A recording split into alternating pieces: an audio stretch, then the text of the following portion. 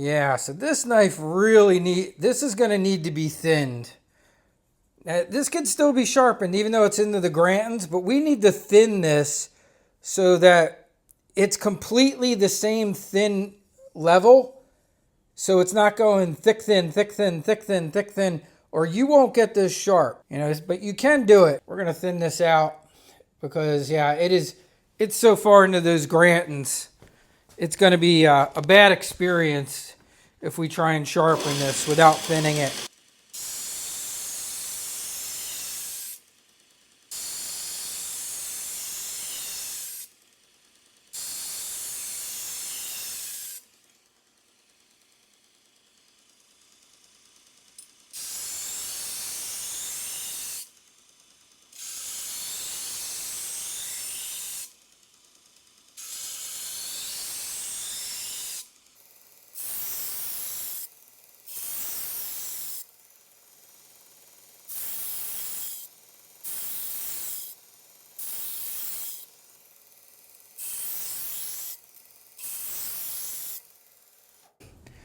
So do you see how I thinned out enough?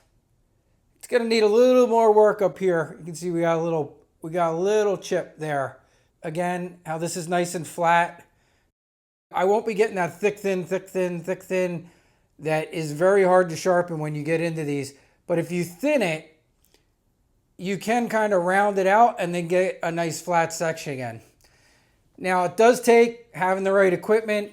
That's a 60-grit Bora 7 belt right there. I want you to see, you know, now I have a nice flat edge again. But I'm going to go correct that tip area right up here because this little chip right here, when we remove some of that foil, we're going to have a little chip up here. And this is a little bit long up here because you can see it's not nice. It's not as symmetrical as that should be. This needs to come down a little bit more. But I did want to share that with you.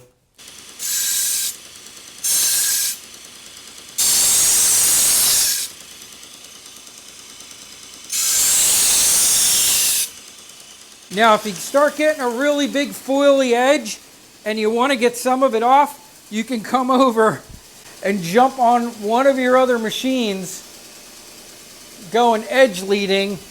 And I can see where I'm at because that foily burr will start to get really long, but this is going to knock it off.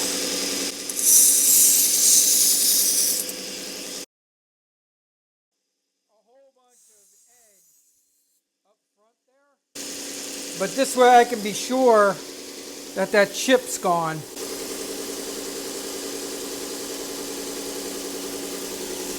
Sometimes you'll be going back and forth between the two as you're thinning and then making sure you're taking off because these are going opposite directions. I got this one's going edge trailing, that one's going edge leading.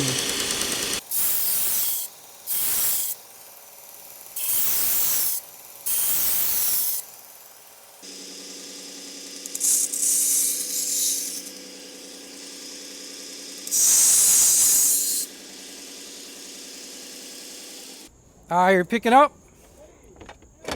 What's his name? Jack. Okay, let me grab him. Okay. I'll be out in a minute.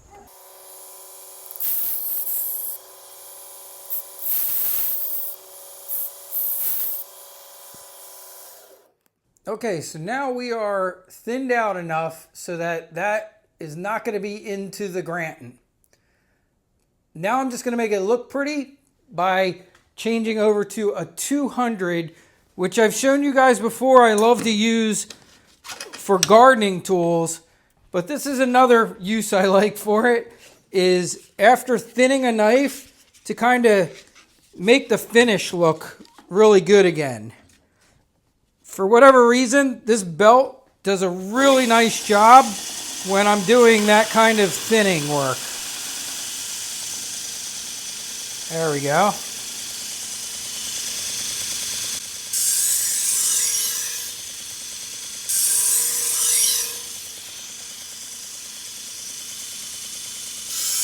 So this isn't so much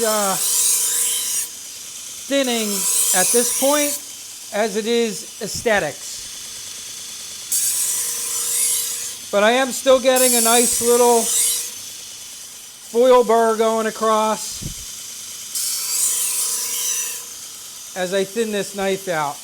And that's it. It doesn't need a lot, but let me show you how much nicer this looks now. Look at that.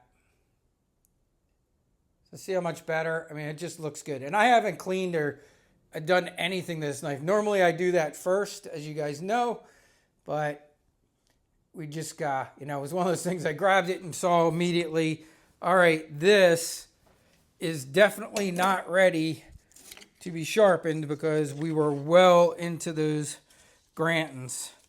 All right, so let's grab these new Acceleron belts. Here's our 600. Keep forgetting to check. I don't know. Okay, yeah, these do have a directional arrow. Some abrasives do, some don't. Some don't care. It can go either direction. This one does have a directional arrow. I do have it going the right way. And I'm going to show you here, very light strokes. I'm not pushing hard into this belt.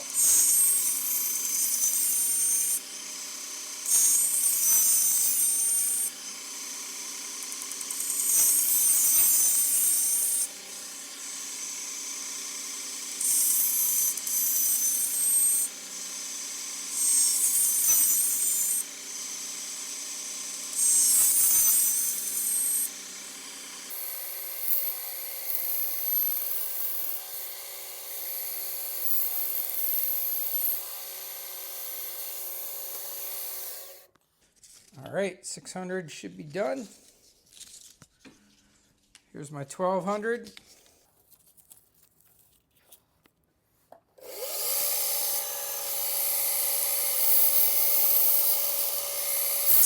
I'm just kissing it. I am not pushing hard. Light pressure.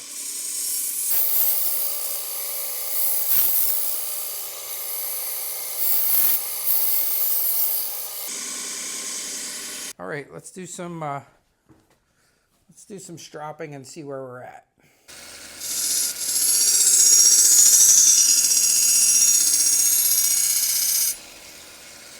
Whenever you do a pretty heavy reprofile like that, it's not uncommon to create a pretty significant burr.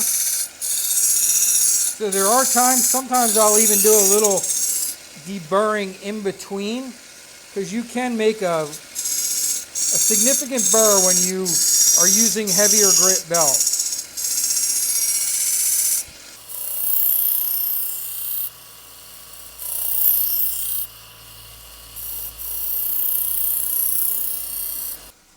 I still feel like I'm seeing a little burr line there that I'd like to see come off. And sometimes doing a little stropping, coming back, doing a 1 or 2 strokes and then strop again, we'll get that.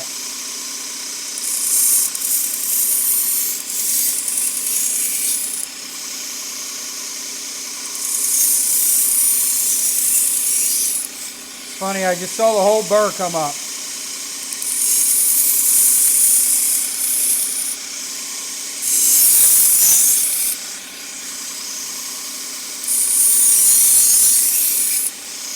Let's add a little bit of purple compound.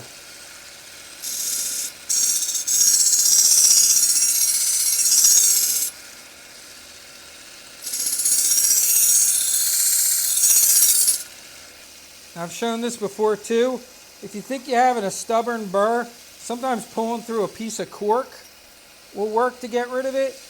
If you don't have that, you can get rock hard felt in little cubes sometimes. That might do it.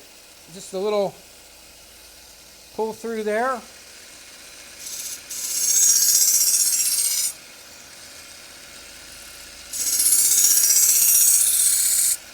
Now, I'm going to show you just a quick couple cleanup steps here that I would have done in the beginning. This really started out as showing the new belt, and it actually ended up turning into a repair. So now I'm going to just give it a nice finish to it. Take off this oxidation, and just clean up this area where I thin this knife out. That oxidation's coming right off with this 220. Also gives me the ability to get into those Grantons and clean them out. See that beautiful shine that's starting to come? I got to hit this whole part up here.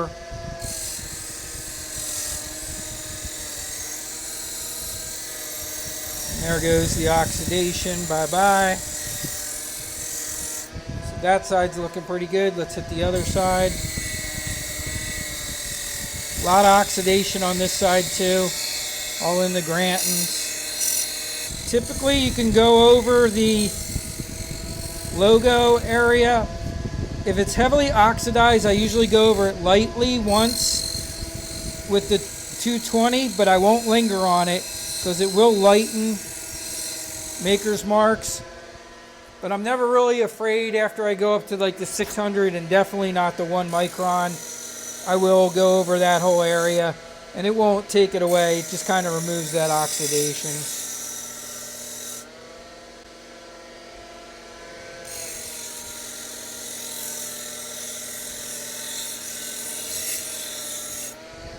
They're going to think they got a new knife here.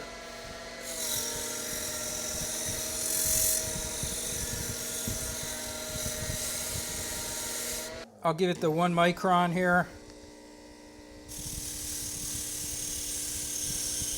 which really shines things up. You don't have to. This is, once you get up here, you're really into the polishing at this point. But since we did so much thinning, it can't hurt. Make it look new.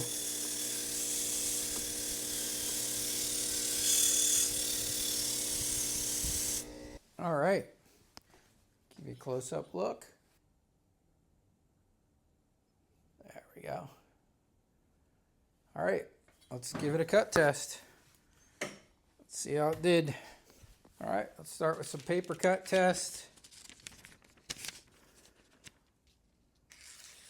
Yeah, push cutting nice. Feels great. Yeah, feels incredibly sharp. All right, Wusthof that's been reprofiled because it was too thick and we were into the Grantons. Let's see how it does. 169. Excellent. Here's a quick chart. Anything under 200 is as sharp as a utility razor blade, and anything under 100 is sharp as a double razor blade. Okay? I generally, on most of my knives, almost always come in under 200. If I'm not coming in under 200, I generally know from experience I didn't hone enough, that I probably still have a burr on there, or it could be the opposite where you hone too much. You can round your apex off and you can make a very sharp knife dull if you over hone. Okay, but this kind of gives you an idea. So you can see here, I think what they used to have like a butter knife. I think, yeah, butter knife is 2000. Okay, and then you come all the way down in here. And if I'm under 200, generally on kitchenware, I'm happy. I just know from experience, I usually run anywhere between like 175 to 150. If I did a really fantastic job stropping and honing and getting that burr really off and beautifully refined, sometimes I'll see even lower numbers. This is on general Western knife stuff. Japanese knives can be a lot lower.